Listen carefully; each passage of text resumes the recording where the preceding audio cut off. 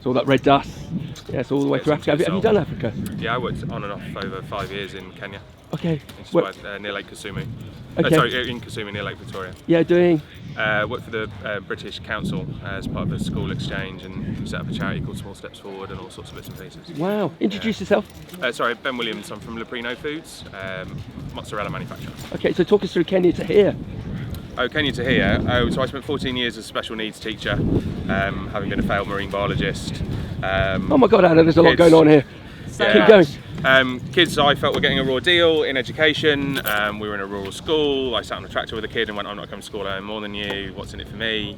I said, what if we teach you agriculture? He went, yes. The head teacher said, if you can get funding, you can do it. I called his bluff because the local agricultural companies all chipped in, and we had 2 pigs, a goat and a chicken, and then all of the local farms helped. And then I went to Ampthill, just down the road actually, ran a farm unit there. We built 3 schools based on our educational model, and then I fell out of love with education.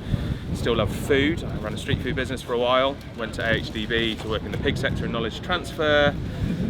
Fell out of love with HDB a little bit at the time, going through the change that I've argued was much needed, and what I was doing was sustainability in sort of any definition, and the job came up at Leprino, and here I am now. And I was just overhearing Anna saying that we need you speaking here next year. Anna? Definitely, I would thoroughly agree with that. Yeah, Ben has got a lot to talk about. Because Ben's obviously a change maker within the sector. Anna, over to you. Just introduce yourself and Mapavag. I'm Anna Powell, and I work for Mapavag. I work in a sales consultancy role, and I work with Ben at Leprino, one of our valued customers. Okay. And without going into massive detail, what does Mapavag do for Ben's fantastic business? What do you do? Into detail, be free, share quite openly. Well, I will do the light touch, and Ben can do the detail.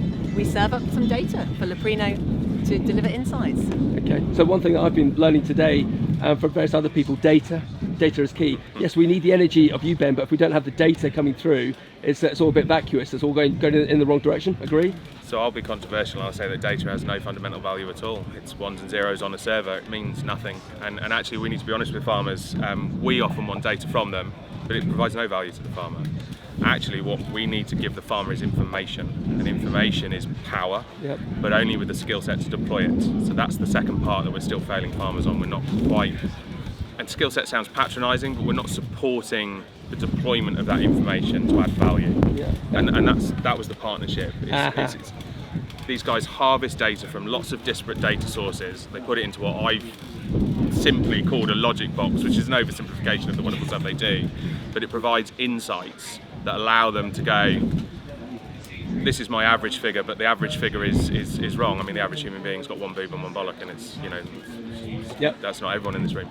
And so what they need to know is what is my range, what is my difference, where are my problems? So we serve information through Mapavag, that's what we do, and then we accompany that with lean management, practical skills on farm to find real efficiency savings. Thank you. Anna, is Ben unusual, or is he fairly typical of clients?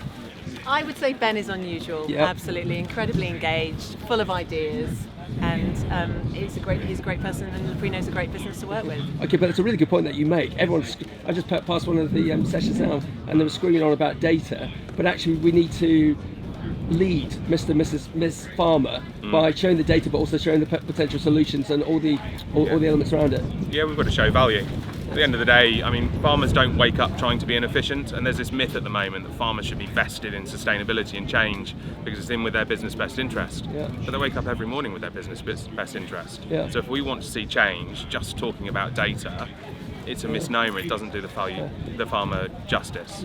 What we need to do is how do we find them value and how do we support them in that? Okay, but again, that's why you have that collaboration with Mapavag, because they serve that purpose. And presumably, Anna, you're learning with the relationship with likes of Ben and his colleagues, that you're constantly learning, which is advantageous to all of your clientele. Very much so, yeah.